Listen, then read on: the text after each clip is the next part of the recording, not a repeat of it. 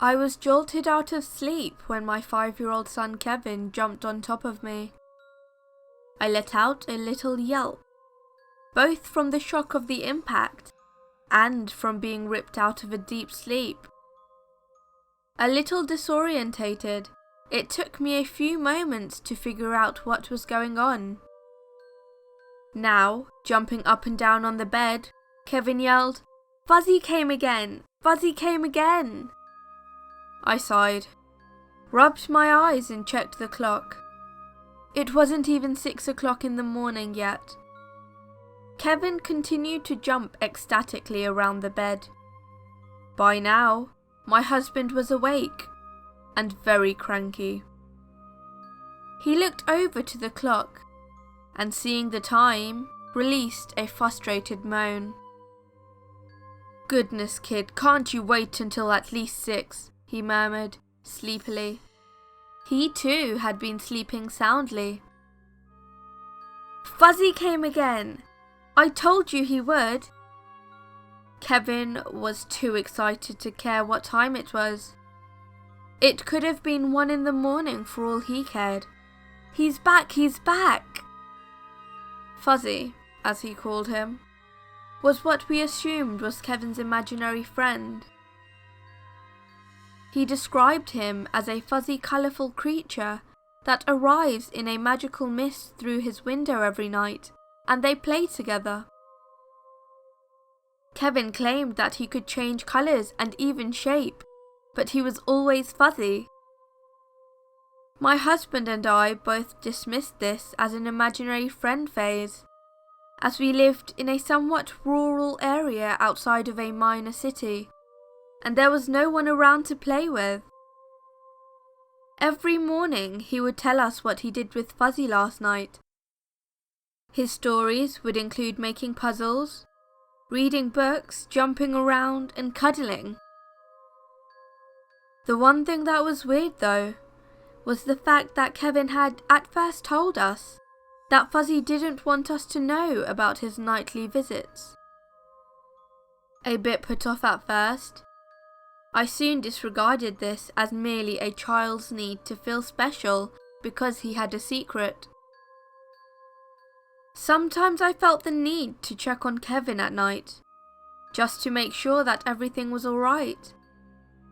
The main reason I didn't was because Kevin was a very light sleeper, in contrast to me and my husband, who were very heavy sleepers, and I didn't want to run the risk of waking him up. Kevin had stopped talking about Fuzzy a couple months back, so we just assumed that he had grown out of it. I didn't see anything wrong with Kevin bringing Fuzzy back. I was happy as long as he was happy. I was a housewife. My husband worked in the city and was gone pretty much all day, so I cared for Kevin as he wasn't in school yet. It did get rather annoying after a while, constantly being bombarded with stories of Fuzzy all day. I smiled at Kevin's enthusiasm, but deep down, I felt a sense of dread welling up at the idea of Fuzzy returning.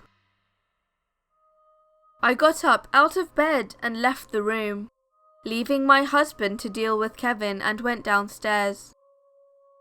While making breakfast, I decided to check the newspaper. A car crashed on the interstate and nobody was found. A rich lady donated some money to the state for park improvements or something, claiming that their current state was simply unacceptable. There was a short editorial on why kids are doing poorly in school, and parenting suggestions on the topic. An old man accused of paedophilia and using hallucinogenics and other drugs to lure children, arrested 3 months ago, was released from jail as there was not enough incriminating evidence. There was some sports stuff too, but I didn't bother checking that as I was never really into sports. Later that day, I was in Kevin's room cleaning up. It smelled funny in his room. In fact, the last time I remembered it smelling this way was the last time Kevin was talking about Fuzzy. I thought about it for a moment, but decided to just dismiss it as just fermented body odour from him jumping around on his bed with his imaginary friend. I decided to open the window as it was giving me a headache. Looking out, I saw Kevin out in the yard playing with some of his toys. It had rained last night and the ground was soft and muddy, so I made sure to warn him not to go near the mud. I lowered my head to withdraw back into the room, but noticed something on the ground beneath the window. 2 holes, about a foot or so apart.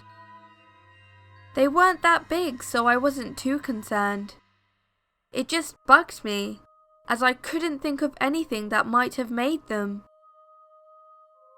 I looked up to ask Kevin if he knew what they were. He might have made them. He had moved somewhere else though, and I didn't feel like chasing him down to ask him about something so menial.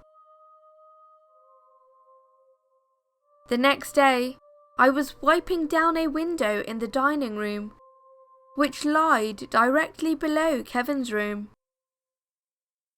The 2 holes caught my eye again. However, this time they were even bigger than before. At dinner, I decided to ask Kevin if he had been digging in the garden. He said no, so I figured it must have been an animal or something. That evening, something else occurred to me. I found Kevin in the living room. "Hey Kevin," I asked, "why does Fuzzy only come at night? You seem bored lately, and you never play with him during the daytime." He simply shrugged. I don't know," he replied. "He just doesn't." This was when things started to feel a bit off. It had never occurred to me before that Kevin didn't play with Fuzzy during the daytime. It was probably just his way of keeping Fuzzy in a more realistic light. If he brought Fuzzy out to show him to us, he would see that we clearly didn't believe in the fluffy piece of air next to him. Yeah, that's it. That's why. Nothing much happened for the next week or so. My husband and I went to bed at 10 o'clock sharp as usual. We let Kevin stay up later if he wanted to, so he could play with his imaginary friend. We didn't mind the noise he made. In fact, if we were asleep, we didn't hear it at all. Hell, a train couldn't wake us up once we hit deep sleep. Every night, Kevin would say something different about Fuzzy. One night, he apparently brought a cookie, which I strongly suspected he stole from the cookie jar. And another night, they flew through the clouds on Fuzzy's back. We were happy that our child's imagination was healthy. But that feeling, the feeling that something was slightly off, never went away. The next week, I had to start putting Kevin to bed at the same time we went to bed, and later on earlier than us.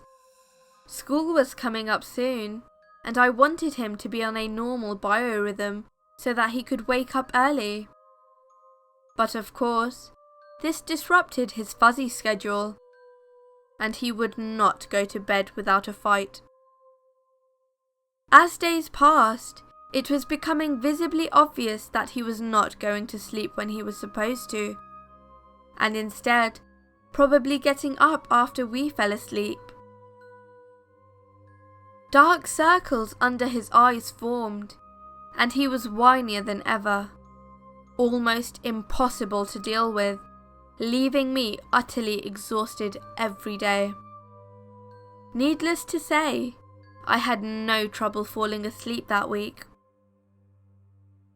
I was getting sick of my authority being undermined. I decided to stay up late one night in order to catch him in the act. I went to bed as normal, got up and moved to a chair. And after about a 30-minute period of sitting there, I began to doze off. I decided I would need some help in this stakeout. I crept downstairs to make a quick batch of coffee. The feeling that something was wrong never alleviated itself. It felt like my mother's instinct was going off, but I didn't know why. I stood in the kitchen, sipping my coffee for what seemed to be ages. Frequently glancing at the clock didn't help. I spent most of the time reading the newspaper, and every time I began to doze off, I got more coffee. Accustomed to utter silence, I jumped a little when I heard a little thump coming from upstairs. The clock read 12:30. I had no idea Kevin had the capacity to wait for more than 3 hours, just for a stupid imaginary friend. I quietly set my stuff down on the kitchen table and tiptoed to the stairs. I made sure to avoid the creepy steps as I slowly ascended into the darkness of the second floor.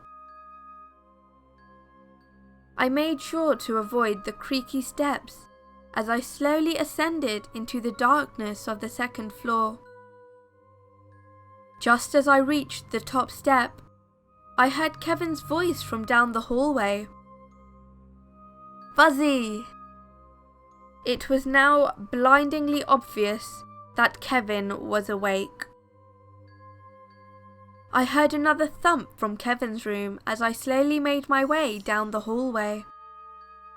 I thought about calling out his name and scolding him right then, but decided against it, as it would only serve to alert him of my presence and allow him to retreat under the covers and pretend he was asleep. The feeling that something was wrong grew from minor to almost unbearable. A soft hissing noise coming from his room was now within earshot. I reached the door. Gulping, I silently gripped the handle, turned it, and pushed inwards.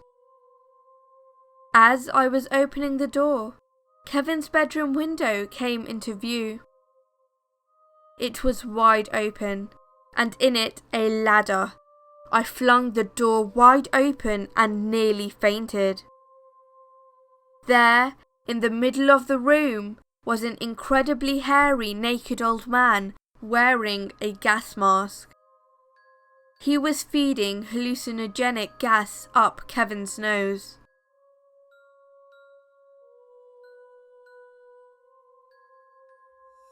Hello everyone, I hope you enjoyed day 26 of Shaf-Tober. If you like this creepypasta, remember to like the video and please subscribe if you haven't already. Also, leave me a comment down below telling me what you thought of this creepypasta and if you would like more like this one. As always, stay sinister.